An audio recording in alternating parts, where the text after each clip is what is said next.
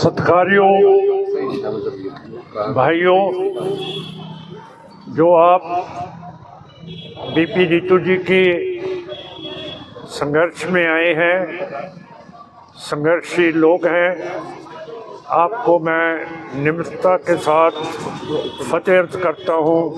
वाहिगुरू जी का खालसा, वाहिगुरू जी की फतेह है। जो जुल्म अब बीपी रीतू के ऊपर जातवादी लोग, जिन्होंने संविधान के ऊपर कब्जा किया हुआ है, उसका कसूर हमारा भी है। क्यों करके उनको गद्दी के ऊपर हम खुद वोट डाल के पार्लियामेंट में भेजते हैं।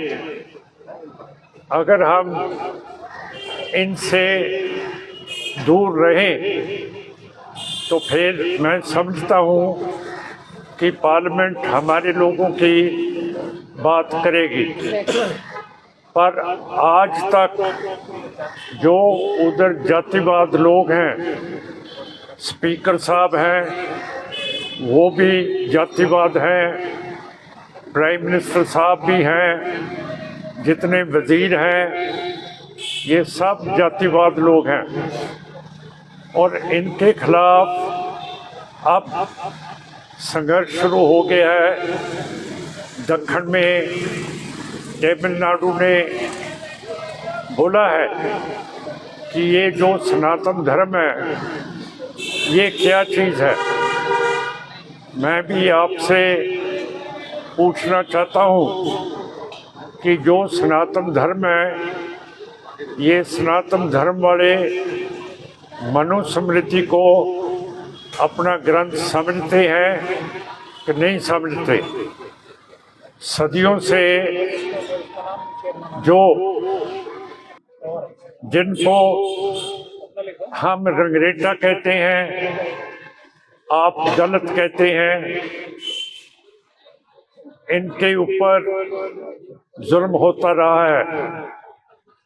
और रामायण में भी लक्ष्मण जी जो वनवास काटने गए थे रामचंद्र जी के साथ, उनको रावण, जो बहुत पढ़ा लिखा विद्वान था, उसकी बहन ने लक्ष्मण जी को बोला कि मैं आपसे प्यार और मोहब्बत करती हूँ। प्यार और मोहब्बत करना सबसे बड़ी हमारे मनुष्य में एक सेंटिमेंट है, ख्याल हो। और लक्ष्मण जी ने उस बीबी का नाक काट दिया। तो आज तक हम रावण का बुत हर एक साल जलाते हैं। तो हमको शर्म होनी चाहिए। क्यों करके जितना चीज मुझे पता नहीं था, मैं भी वो रावण के जलाने पर जाया करता था। तो आप लोग भी शायद जाते हैं। ये जो परंपरा चली हुई है जातवाद की, और हमारे जो जाट भाई हैं, राजस्थान में हैं, हरियाणा में हैं, यूपी में हैं, जो हम लोग सिख बन गए हैं, हमको तो समझ आ गई है। पर ये जाटों को अभी तक समझ नहीं आई कि कोई भी ब्राह्मण आपके घर में खाना नहीं खाएगा। अगर ब्राह्मण के घर जाओगे तो वो आपको नीचे बैठाएगा। अब आस्ते आस्ते जाटों को भी समझने लग पड़ी है कि ये जातिवाद लोग ये हमारे ऊपर वैसे राज कर रहे हैं। जो संविधान बाबा जी ने बनाया है, उसकी नई कॉपी इस बीजेपी आरएसएस सरकार ने हम सब मेंबर पार्लियामेंट को दी है, पर आपको शायद मालूम नहीं है वो संविधान से दो लफ्ज, एक सेक्युलरिज्म जो धर्मनिरपेक्षता है, दूसरा सोशलिज्म है, समाजवादी, दोनों काट दिए हैं।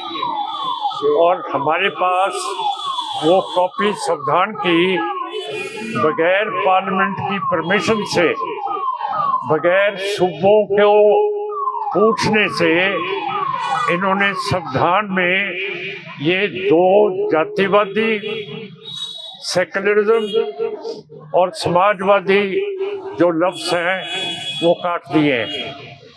तो आपको शायद पता नहीं है कि पार्लियामेंट में कैसे ये काम चल रहा है।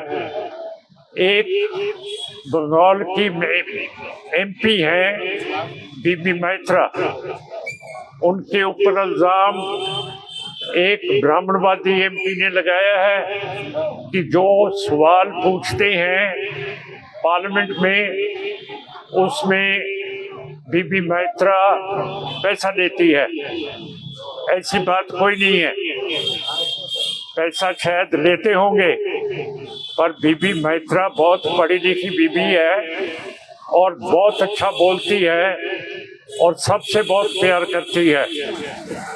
अगर हमने पैसा लेना हो सवाल पूछने से, हमारी एमपी को ताकत है कि हम चिट्ठी सीधी लिख सकते हैं वजीर को, तो उसको जवाब देना पड़ता है। तो फिर सवाल पूछने के पैसा लेने से उस बीबी को ऐसे शर्मनाक कर दिया ये लोगों ने। और हमारे स्पीकर साहब ने वो शिकायत पार्लियामेंट की प्रिविलेज कमेटी को दे दी है कि इसकी आप तफ्तीश कीजिए। सो मेरा कहने का मतलब है कि ऐसा बीजेपी आरएसएस लोग करें। अब इजराइल और अरब लोगों का जंग चल रहा है और मोदी और बीजेपी आरएसएस इजराइल जो बच्चों को मार रही है, खत्म कर रही है, पानी बंद करती है, उनका खाना बंद करती है, अरब लोगों का, मुसलमानों का, वो अब मोदी साहब इजराइल के साथ चल रहे हैं। जो हमारी विदेशी पॉलिसी है उसमें जो लोग जबर करते हैं उनके साथ ये बीजेपी आरएसएस चल रही है। 2019 से लेके आज तक कश्मीरियों की कोई भी असेंबली नहीं है, वो बगैर असेंबली से गवर्नर राज उधर हो रहा है। आपको मालूम है कि हरेक जुम्मे की नमाज मुसलमान लाजमी पढ़ते हैं, पर पिछले जुम्मे की नमाज श्रीनगर की जो जामा मस्जिद है उसको कश्मीर के लेफ्टिनेंट गवर्नर ने ताले लगा दिए। बताओ कि कोई धर्म स्थान को ताला लगा सकता है? तो फिर तो इधर भी एक मंदिर जलाया गया था, दिल्ली में भी। तो ऐसी बातें ये सरकारें कर रही हैं जो बिल्कुल गलत है। जितना चिर पार्लियामेंट के नीचे उसको जुम्मेवार किसी भी महकमे को नहीं बनाते तो जमहूरियत खत्म हो जाती है। बाबा जी का कहना है कि जितने भी सरकार के महकमे हैं वो पार्लियामेंट के अधीन होंगे, और नेशनल सिक्योरिटी एडवाइजर, रॉ का खुफिया महकमा, आईबी का खुफिया महकमा, मिलिट्री इंटेलिजेंस का खुफिया महकमा, ये पार्लियामेंट को जिम्मेवारी नहीं है।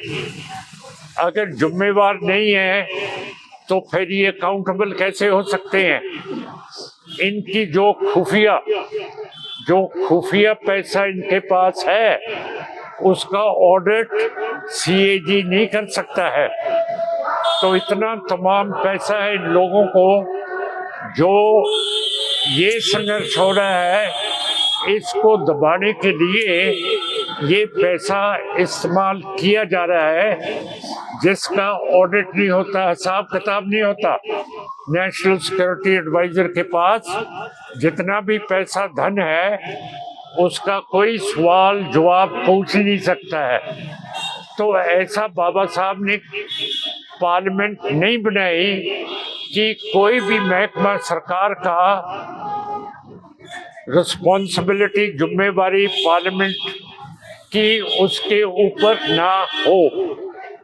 तो इधर भी बीबी रीतू के ऊपर एक झूठे इल्जाम लगाए गए और वो साबित हुए कि वो चिट्ठी इनके हाथ की लिखाई नहीं थी। और जो इधर के प्रिंसिपल हैं, जो इधर के रजिस्ट्रार हैं, उन्होंने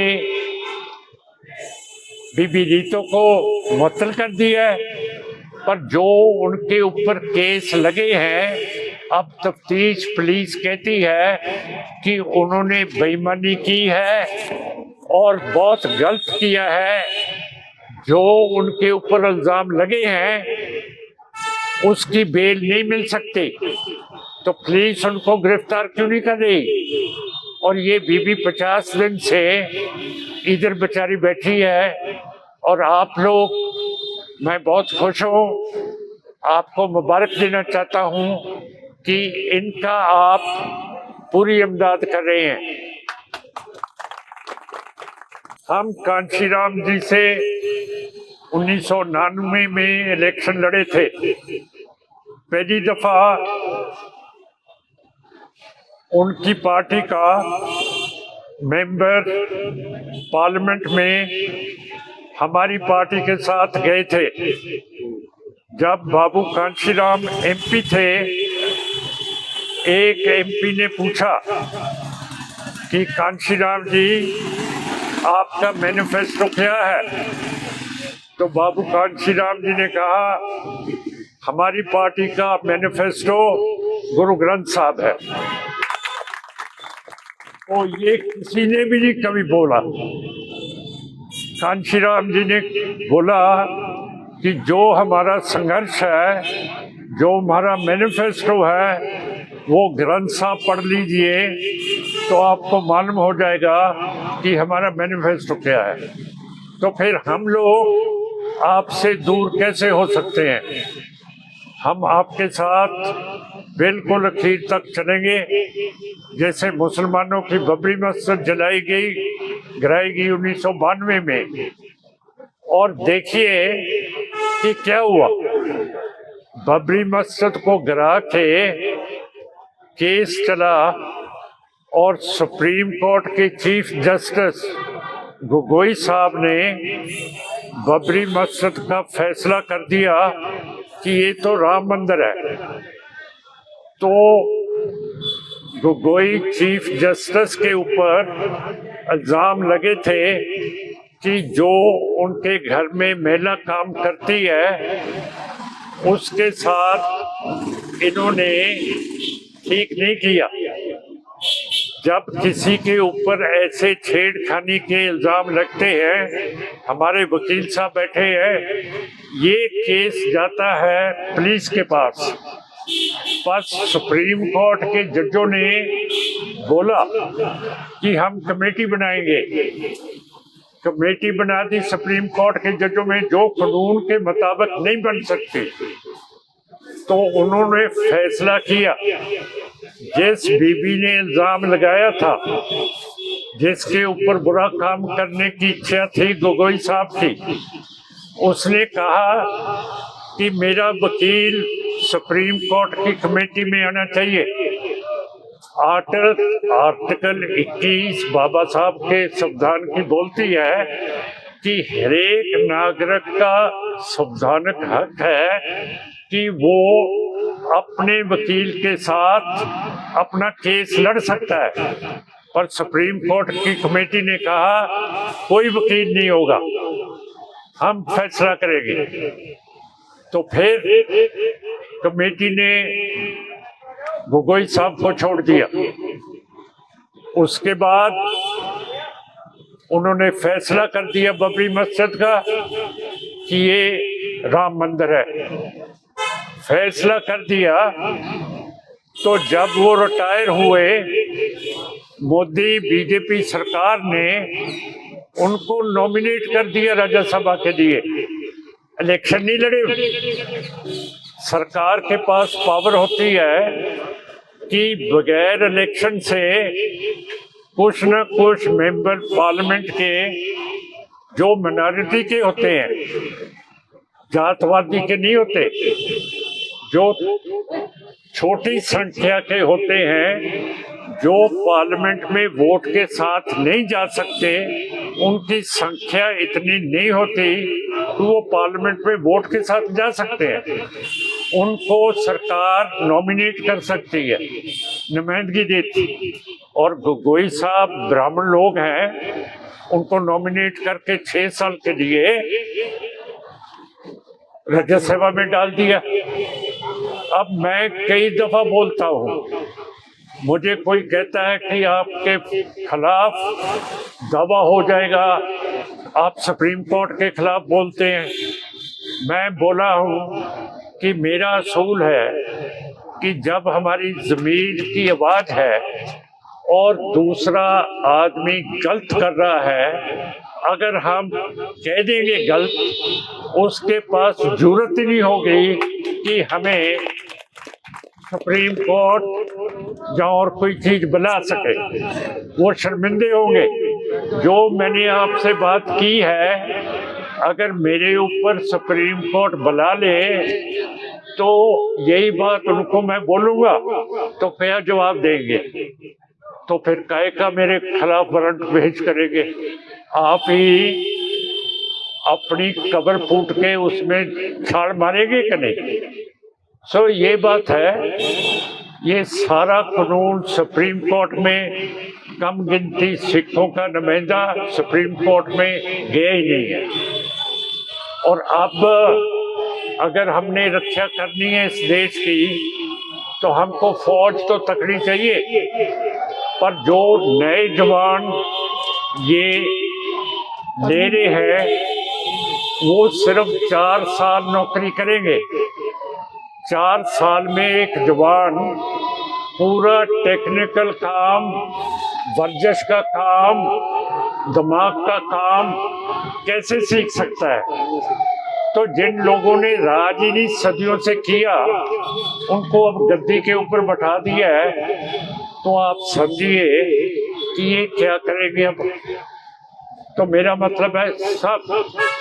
और लद्दाख में 2020 में 2022 में 10,000 स्क्वायर किलोमीटर चीन से कब्जा करवा दिया। 1962 में 40,000 स्क्वायर किलोमीटर हमारे लद्दाख का चीन से कब्जा करा दिया। जो 2020 और 22 में किया है उसके बारे ये बोलते ही नहीं, इंफॉर्मेशन ही नहीं देते। और जो भी जातिवाद एमपी हैं वो आगे जाके पूछते ही नहीं है कि ये क्या हुआ है। अब ये सारी जो चीजें हो रही हैं कम गिनतियों के साथ, मणिपुर में जो वकील साहब ने कहा ईसाइयों के गिरजाघर जला दिए, मुसलमानों के, और जो सिख हैं कनाडा में बस रहे हैं, विलायत में बस रहे हैं, पाकिस्तान में बस रहे हैं, उनको नेशनल सिक्योरिटी एडवाइजर उनको मरवा दिया। कनाडा की पार्लियामेंट में शोर मच गया कि इंडिया की खुफिया एजेंसी जो सिख कनेडियन नागरिक हैं उनको इंडिया की खुफिया एजेंसी ने मरवा दिया है। तो मेरा मतलब है तभी मैं चला रहा हूं कि इनको जिम्मेवार बनाओ पार्लियामेंट को। ये बगैर जिम्मेवार कोई भी महकमा हो, अगर ऐसे चलेगा तो फिर आपको मतलब है तो गदर तो होगा। रिस्पॉन्सिबिलिटी के बगैर, जिम्मेवारी के बगैर कई महकमे चल रहे हैं जो हमारे बीच फूट पाते हैं, हमको दशहरे के ऊपर ले जाते हैं और कहते हैं कि आप रावण को देखिए। ये सारा कुछ जो आदमी, एक विद्वान आदमी दक्षिण का, तमिलनाडु का, लंका का विद्वान है रावण, उसका बुत कैसे जला सकते हो आप? कैसे ये ब्राह्मणवादी लोगों के साथ रिश्ता कर सकते हो आप? मैं आपसे पूछना हूं कि जो तमिलनाडु ने बात की है ये सनातन धर्म की, इसमें सनातन धर्म में मनुवाद स्मृति को माना जाता है कि नहीं किया जाता है? तो फिर तो प्राइम मिनिस्टर कह रही है कि हमारी बेइज्जती कर दी। दूसरे वजीर रक्षा के बोल रहे हैं, राजनाथ सिंह जी, कि जो सनातन धर्म के खिलाफ बोलेगा हम उसको खत्म कर देंगे। जो लोग मनुस्मृति में मानते हैं उस धर्म को मानना मैं समझता हूँ पाप है, गुरु ग्रंथ साहब के खिलाफ है। तो हम सब लोगों को खड़े होके, अब एक होके, ये बीबा के साथ, आपके साथ, जो भी कमजोर लोग हैं, अब जो ट्राइबल लोग हैं, आदिवासी हैं, अब तो हमारे राष्ट्र के प्रेसिडेंट एक ट्राइबल बन गए हैं, आदिवासी बन गए हैं।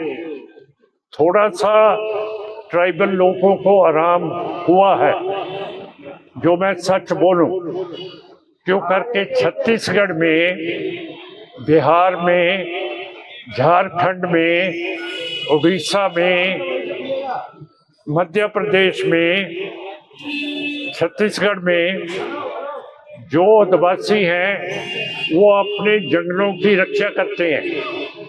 और ये जो मनुवाद लोग हैं सब जंगलों को काट के उसके जो भी पदार्थ हैं वो छीनना चाहते हैं और आदिवासी लोग उसकी रक्षा करते हैं। उनको ये ब्राह्मणवाद लोग कहते हैं, ये नक्सलाइट है, ये माओवादी है और उसको मार देते हैं। कहाँ लिखा है कि आप माओवादी कह के, नक्सलाइट करके, टेररिस्ट करके किसी को मार सकते हो? कानून के साथ सजा दे सकते हो, पर किसकी ताकत है कानून के बाहर जाके कश्मीरियों के ऊपर गोली चला देते हैं? रोज आप पढ़ते हैं कि आज 7 मार दिए। और ये जो प्रेस है ये भी जातिवाद में हो गई है, अब बिल्कुल जात पात में हो गई है। ये हिंदुत्व की प्रेस हो गई है। ये प्रेस हम की नुमाइंदगी नहीं करती है। तो बीबा को हम जरूर इंसाफ दिलाएंगे। आप जैसे लोग जब बुद्धि वाले इकट्ठे हो जाए तो मेरा मतलब है हम अपनी मंजिल के ऊपर लाजमी पहुंचेंगे। इन्हीं शब्दों के साथ आपको मुबारक देता हुआ आपको फतेह अर्ज करता हूँ। वाहिगुरू जी का खालसा, वाहिगुरू जी की फतेह।